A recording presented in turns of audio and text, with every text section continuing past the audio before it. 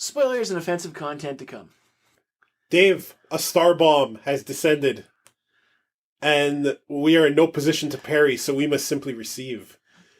We're going to be watching Star vs. the Force of Evil. Episode 28. Episode 29. 15 30.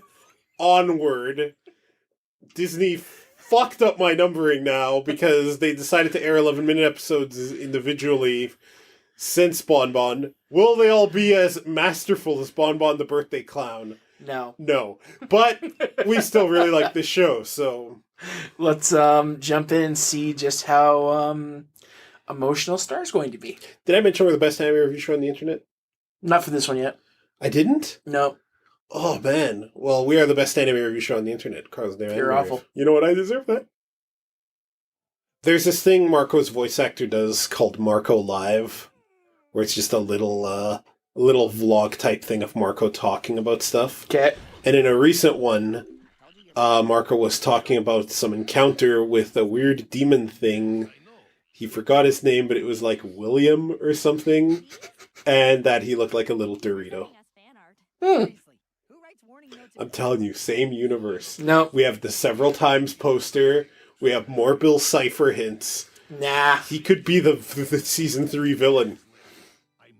No, last we left him, he was kind of stoned. Timelines. Nah. Well, then again, I suppose that's a good excuse to just throw Perfect Cell into this show, too. Right, Carlos?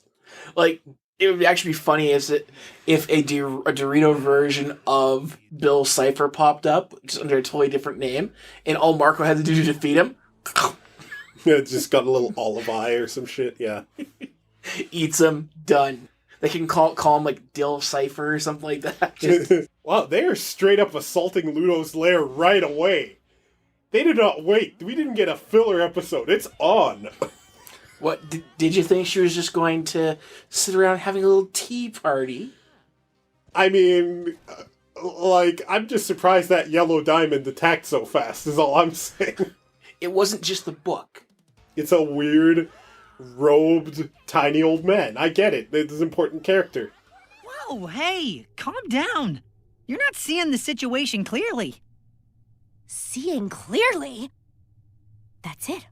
I'll use the spying spell. Since when do you know a spying spell? Since I learned it a while ago. Oh my. I wonder if that's gonna matter. Well, it is dark magic. It's dark magic, and she did use it to spy on Marco without his permission or consent. Without his consent, Carlos, those words mean the same thing. And more importantly, she kind of blew up the skateboard. Yeah, he almost murdered them. But she needs to feel betrayed by him not just coming with her. I agree. Also, they have dimension scissors. Still have to know where you're going. Yes. I mean, isn't seeing this good enough? Maybe. Can't you get her dimension scissors, tune it to the book, and just cut? Maybe not. I don't know. Maybe you literally have to know where you're going. I think the right patch cable, and you could easily just communicate between book and scissors. Look, they're still back on IDE. The SATA cables haven't been invented yet. Damn it. Glossric is clearly trying to goad her into something, right? As usual. It's just, the question is what? What's he trying to make her do? And is it entirely benign? We don't know if Glossric is entirely a benign entity. Glossric could... They mentioned in that one episode where he went to that magic council that someone is stealing magic from the universe. We don't know if it's Glossric. Please show us the other side. Please show. Why don't they care? I don't think it's not that they don't care. They know that if he didn't go with her, I think we're about to get some history lessons. They're going to be freaking the hell out on the other side of that mirror. How does Loser Sensei have this many friends? That is extraordinarily harsh. That is the most unfair thing I think I've heard you say about anyone. Oh, I'm sorry, just because he's bad at something doesn't mean he doesn't have friends? That is awful, Dave. I kind of imagined him as that world's you. Why am I not surprised there's something that sucks the joy out of everything? Well, I mean, it is 2017. It's a rather irrelevant topic. Point. Well, it wouldn't be Star Wars: The Force of Evil if we didn't have the complete nonsense, no-point episode every 3 or 4 episodes. Yeah, that defines that episode, all right. You don't think Preston Changeo's the one stealing magic, do you? No, because that would be stupid. Yeah, agreed. That would be like all of a sudden Darth Maul being the head Sith that created Anakin. So we're around 30 and 31. Shut. You know what? You're not going to be quiet anyway. It doesn't matter. I control the editing. I'm the producer. I'll number these whenever I want. I might just. Well, you know, Toffee is in there. Got Toffee's finger. You think it's only a finger at this point? Well, I mean, why is he still there? He's just hanging out in her closet? Wouldn't you? No! I have plans and shit Wouldn't to you do. be going through all of her magical shit and putting together an armory? Okay, he shouldn't do that in her room. Also, kinda creepy. This is the place where she changes, and let's be honest with ourselves, probably masturbates in. And that's just creepy to be in A there. Disney show. Hey, you know what? Girls are girls even in Disney. They got needs. Had to go creepy. Well, I was close. You were close. Not dead on. It's a little animal. It's a little flying kitty cat. Do you think this is White Diamond? Are you telling me she lacks Mage Hand? She can't just do Mage Hand? A hardened D&D warrior can take one level in a magic class and just get Mage Hand. A free cantrip. Just easily move one apple from one location to another. She can't do it. Nope. Magic Princess of Muni can't just put a little bubble around the apple and float it over. She's trying to blast it. That's like me going, oh, bring that apple here without touching it, and I take, like, the Doom 2 super shotgun to it.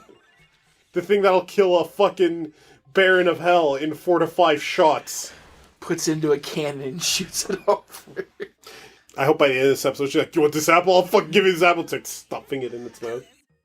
I do love the fact that just pop the apple back up. Fucking do it right. Nope, not right. Fuck off. Come on, do it right. It's unbelievable that this is stumping her. Hey, she's used to blowing shit up. She's not used to transporting things carefully. Maybe if there had been an episode where she had to move a bomb without blowing it up. Again, Mage Hand. You'd think Mage Hand would be the first thing she learns, is how to grab your car keys without moving over. Do you think she would have listened to Glossaric? It's so useful. The Star's proven there are times when she's incredibly lazy, and she just wants to not get up. Mage Hand is the perfect... If we lived in D&D world, and I learned one thing, it would be Mage Hand. Heal. Oh, good. You know what else I can do with Mage Hand? Bring over those bandages and healing potions from here. Or I could heal major wounds that would make me millions. That's great. Not if you're silenced. Not if you're silenced, motherfucker. You know what you can't silence? A cork bottle. You know I'm right. Look within. You know this to be true. What are we doing? And yet your mage hand be silenced as well.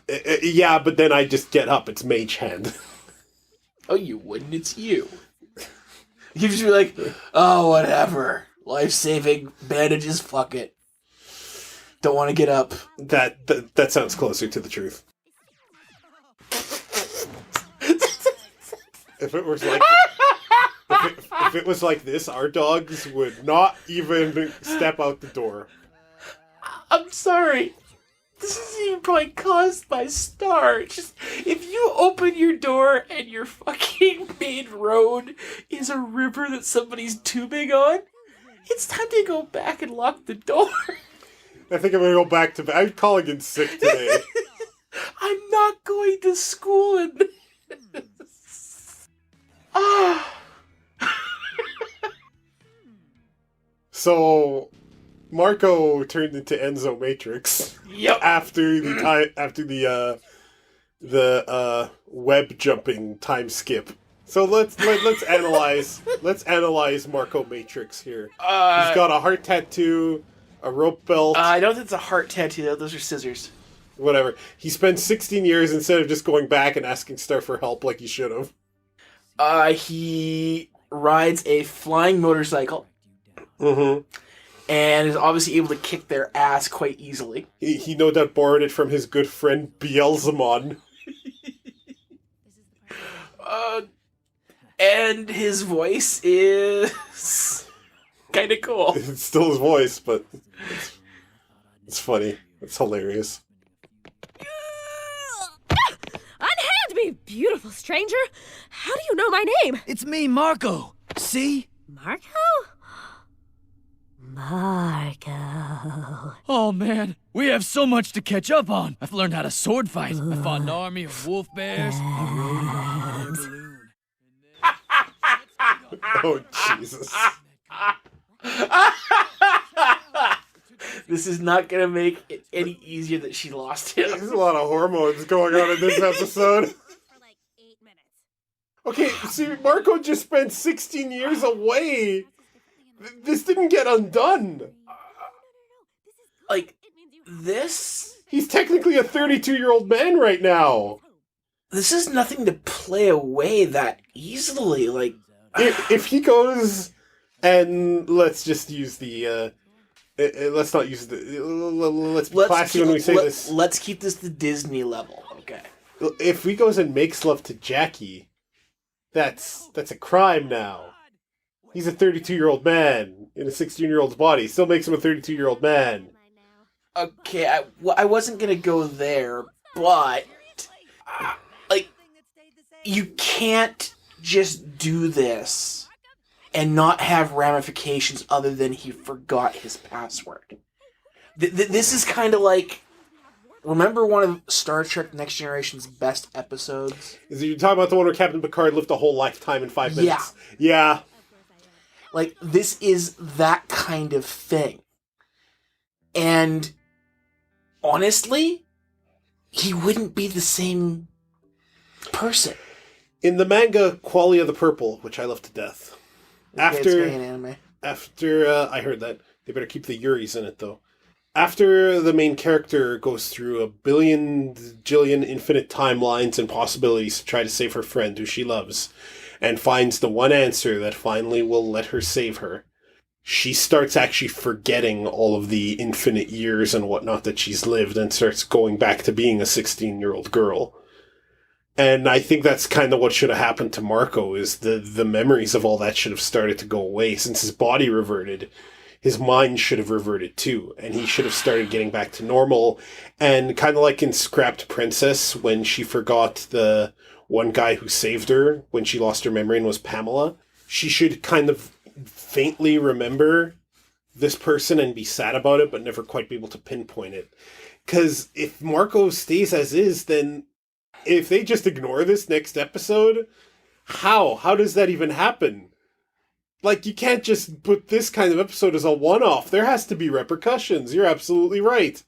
Like, okay, he has lived 16 years of combat training knowledge.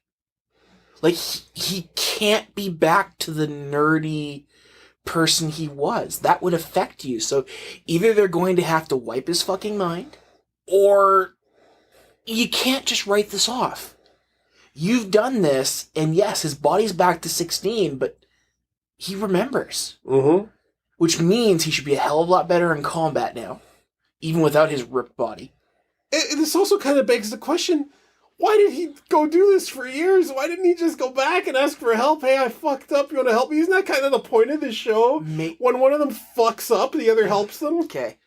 As much as I hate to defend this now, maybe he literally couldn't. Maybe when she opened the portal back, that was a one-time thing. If he went after her, can't get back now. Like, maybe these scissors are literally his only way out of her dimension. She opened a hole back home, and he didn't take it. Okay, yes, the initial stupidity is there.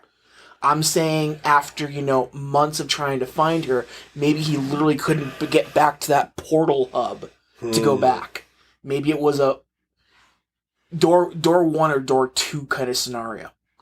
And once you've taken door number 1, door number 2 is no longer there. Well, let's keep watching and see if this matters. Like, I hope it isn't just ignored, because if it's just ignored, that's really... That's a screw up. That's really lame if they do that. Yeah. For a show that has, much like Steven Universe, where they've given us one-offs, which gave us some stuff later on, this is a one-off they can't just write off. That's right. 16 years, you're right, he's 32. He could have... Or 31, one or the 31, 32, whatever. He could have kids in the magic world now. He could have a kingdom, for all we know. He looked pretty badass there, so it just... But he can always go... How... Oh, they wouldn't do that, would they? What if, whenever he goes into the magic realm now, he goes buff? Or maybe he only goes buff again when he goes back to see her. Maybe this will be like his Digiworld persona, like in Digimon Season 2, where when they go to the digital world, they end up in a certain set of clothes. Maybe. Except TK and Kari, because I guess fuck them. That was what that show basically did after a while anyway. Mm-hmm. Okay. And C equals cat face! Cat face. What is wrong with Jackie? It's like, she clearly just fell asleep. Oh, cat face! It's math. I'd be falling asleep too. I even see some equations up there I hated in math. Fuck this show for reminding me. Yeah, I'm trying to see how many instances of E equals MC square I see. I found one. Oh, I think there's only the one. Oh, there's the cosine one up in the corner. Mm-hmm. Some of these make no sense in context. No, they don't. AX plus BX plus CX is greater than Y. But that statement exists, like, on its own. What am I supposed to do? Simplify that to be A plus B plus C in brackets X greater than Y? Is that the only action I can do on this? Maybe. This blackboard drawing... Oh, forget it. Cat face. I like the MXV equals X F bracket X bracket to the power of 3 not equal to N myself. That's a sort of question that, you know, the teacher tells you how to do 10 times 10 and then gives you that fucking equation. Do you see Bill's cipher anywhere here? No, I don't. I'm pretty sure he's here somewhere. No. I mean, isn't he always? No. He is not actually the all-seeing eye. What timeline would prompt Jana to wear a top hat? That's just absurd in this show of absurdity. Maybe in year 1 of Marco's journey? Are you kidding me? This is a continuation? Is this what you're thinking? What you're predicting? No, I'm thinking this is a throwaway and that they're going to just ignore what just happened last episode. Okay, there's still time, though. We have a whole star bomb to get through. Fine, let's get back to solving for C. So, this right here is so Qualia the Purple, it's not even funny. Okay. This, you're becoming your alternate selves, and becoming other people, and perusing the infinite multiverse. I just find it funny because I was talking about Qualia the Purple, Yeah. and now this has become a mini version of it. They should have just started making out. No, just the fact that they're just like, whatever. Continue on. Who are they, Lydia's parents from Beetlejuice? Well, Lydia's mom, really. I think they've been through worse. Oh, no doubt. Beetlejuice would be like, whoa! This dimension's a little too weird, man! There he is. There's the pirate. A minor character for a weird dolphin waiter, who apparently used to hang out with Star and Ponyhead and the really hairy girl whose name I completely forget. Not the reveal I wanted. And now he's dead! Turned into a carrot and devoured. By a couple of bunnies. Like that one villain in original Dragon Ball, Monster Carrot, that Goku and Yamcha fought one time, and then put on the moon. Oh, boy. Can we call him Captain Crunch? You can call him shit, because that's what he's getting turned into now. Rabbit shit. Captain Rabbit shit. I kind of like that episode. I thought it was a neat little message about, you gotta move on, and yeah, okay, one last fun ride, but you know, sometimes people close up shop because they're done, you know? Nothing lasts forever. Dave, to me, it doesn't look like you enjoyed that episode. Look, anything after Marco Matrix, For all we know, the memory's already fading. then tell us that. This is gonna taint you for this show forever now. You can't watch it anymore, Star, because you're gonna be just wondering when is the acknowledgement of the 16 years gonna happen? Kind of like Young Justice, but way more interesting. It was a one-shot they're just going to write off.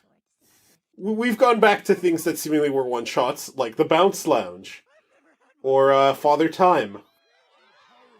For the record, this guy's a freaking idiot. Oh yeah, Romulus is stupid as shit. Like, he was getting clowned the last time he appeared, too. Like, when your hands are more intelligent than your head, you've got a problem. You might even call him a blockhead. His head's not a block, Dave.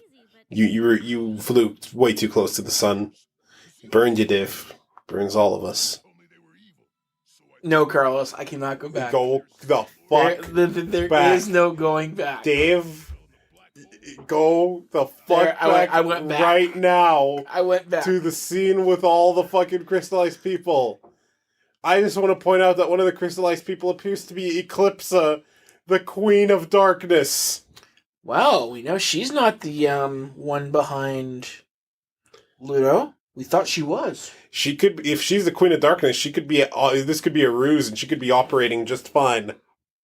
No Bill Cipher. Yeah, I don't see Bill Cipher, but we'll give him time. Or should I say Phil Cipher? Phil Cipher, his brother. A real nice guy, that one. Yeah. You're right, Romulus is a fucking idiot. How does he eat donuts? I don't know. Maybe they're donuts? You and Romulus have a lot in common. I wonder if that really eclipses Queen of Darkness, that he's crystallized. Well, there's a whole reason for them showing us that. Oh, for sure. That's not an She accident. was prominent. Yeah, that was no accident that she was there, for sure. So we're just going to forget the 16 years? I think we're going to forget the 16 years. I think that's kind of where that Marco Live thing where we talk about meeting Bill Cipher came from. He probably actually... Oh god, canonically, Marco Diaz probably actually met Bill Cipher. I like to think that Marco Matrix took out Bill Cipher. I mean, if anyone can, it's a Pines family member or Marco Matrix. I like that name, Marco Matrix. I'm going to bitch about this for the rest of this show's running if they just drop it. It's a stupid thing to just drop. They should have addressed it in that episode. They should have addressed, like, maybe his memory slowly... That's the big weird thing here. I also don't like that we're not seeing a lot of Marco-Jackie interaction. That was a thing I actually really enjoyed as part of Bon Bon the Birthday Clown, and we're not getting it here. And that worries me a little bit. I understand that Star and Marco are the stars of the show, but I wanted to see more Jackie and Jana involvement. And we're not getting that, and I'm a little worried about that. Well, honestly. he was on the phone with her in the one episode.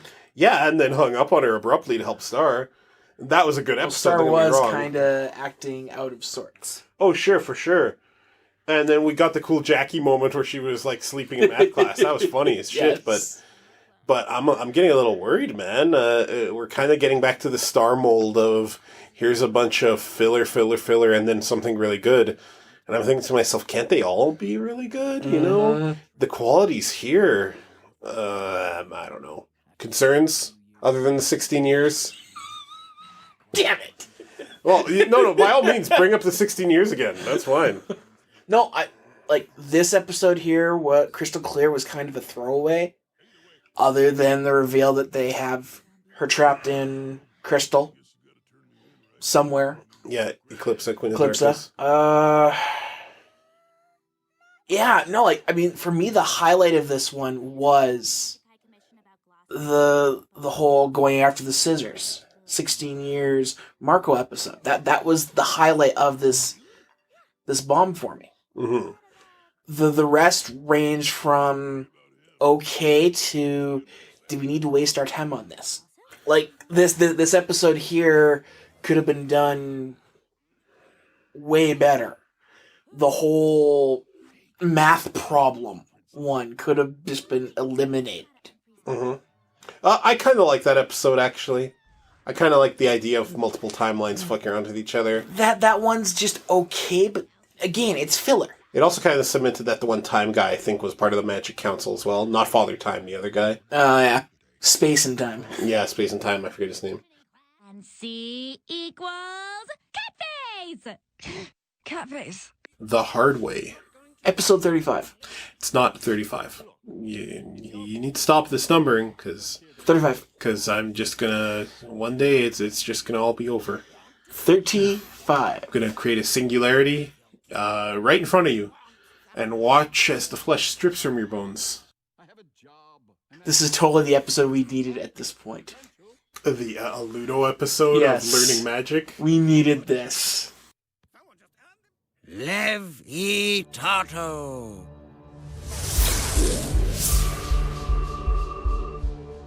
It worked. Huh? Levitato. Hey, now you're getting it. Nice job. Am I better than Star? Yes. I like yes, how- he is. I like how it's the same test Star was given, and Ludo did it much more easily and much more relaxed. Well, in Star's defense, she probably doesn't know those words. It's probably- Mage Hand! She probably wasn't paying attention. It wasn't blowing something up. Level 0 But- cantrip. I do like the fact that, yeah, technically he is better than Star at this juncture.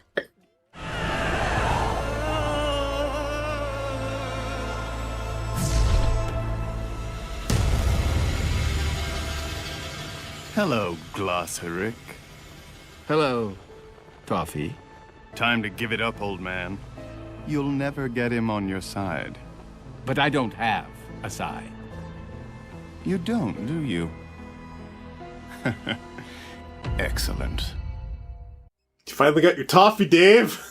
It makes sense that he would be part of the wand Considering that broke off. that's his bones on the thing. Like, Yeah. And we have a part of Toffee in Star's secret closet. mm-hmm. And Toffee's the presence in the wand that has been talking to Ludo. And one interesting line Toffee said is something about preparing him as if what Glossaric is doing, and now I think this makes sense. The reason Glossaric has no problem being taken by Ludo is because he figures Star's pretty much ready to go. And he knows Toffee's planning something, so he's trying to prepare someone else now. Why not Ludo, right? Unless he literally does not have a side. And he literally He will could just train whoever. He could literally be a pure neutral entity. That as long as the person who has the book can do magic, he serves them. That's entirely possible as well. I mean, what did Toffee just say right there? You really don't, do you? Now, Toffee's not stupid. Mm-hmm, mm-hmm. So that may have been our biggest clue right there of him being pure neutral. Like true neutral. Or lawful neutral? No, I think that's... It might be lawful neutral because he still follows, like, a set of rules and a code. well, actually, you are true there. It's not... He's definitely not chaotic neutral. No. But, okay, so we finally have Toffee back in the game. Finally. Well, he's been back in the game for a while. He just hasn't spoken. Yeah. Just now, we have confirmation. We all knew Toffee was going to be the big bad. Like they've been hinting at it since day one, right? Like, since day one of season 2. Mhm. So... Well, it is funny that Ludo, because he's following the book, Mm-hmm. he now has some powers better than Star. Yeah, I like this. I like that. I like that he's showing some adeptness in subtle magic, which is weird because Ludo's always over the top and kind of melodramatic, let's say. Yeah. But that's funny though. That's funny that like this spoiled man-child given some guidance and direction, is able to reach a different level of competence. And I've wanted him to just utterly dominate Star in a meeting. That happened during Bonbon to a degree, but now there was a preview image back when they were showing off season 2. I think we're going to get a much more formidable Ludo coming up. And he's not going to outpower Star. He's going to outwit. And he's going to basically out-trick Star. He's going to really be a wizard in the purest sense, right? Instead of a pure-on... Because if we're talking like traditional classes, Star is more the sorcerer. It's more the magic is... She's gifted at it, so it just comes naturally to her. As opposed to Ludo, who's really about wizardry, which is about study and preparation, right? And you hit it right in the dot there, because an important line for Gosrick this time was... What's his name, Dave? Gosrick. Godric. Ugh. Glossaric, like glossary with a K. Important line from him was that Star didn't really follow the book. Yeah. That she made her own spells. And that's important, because even that whole tree getting the apple over to the cat, the tester there. Yeah. That may not actually be a real spell in the book. It may have just been Star pulling something completely out of nowhere. Mm-hmm. She has done spells from the book, like a Warnicorn Stampede. There was one when she first encountered Ludo back from the Void. She did do Warnicorn Stampede according to the book, right? Yeah. So, I mean, she has done it. And Glossric did say Ludo's better at following the book.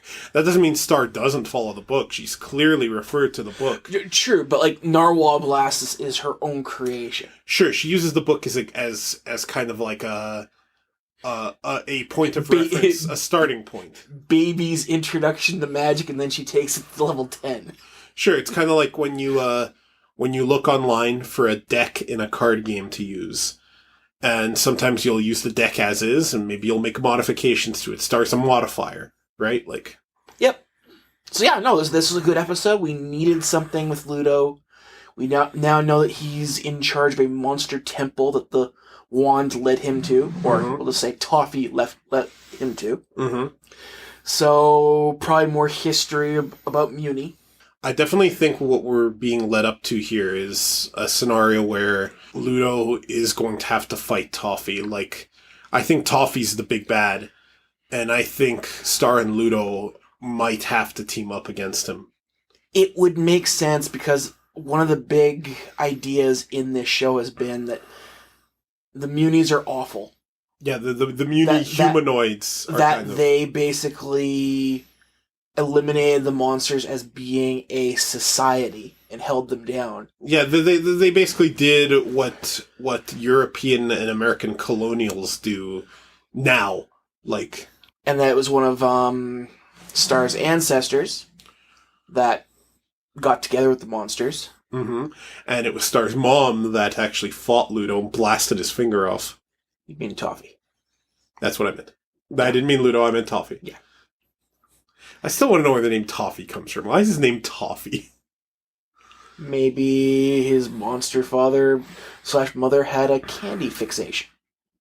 And then again, maybe he was named by Akira Toriyama. It's just a food pun. There you go. Folks, we are not a food pun. We are Carl's and Dave Anime Rave, the best damn anime review show on the internet. Found at animerave.xyz. Go there and be enlightened.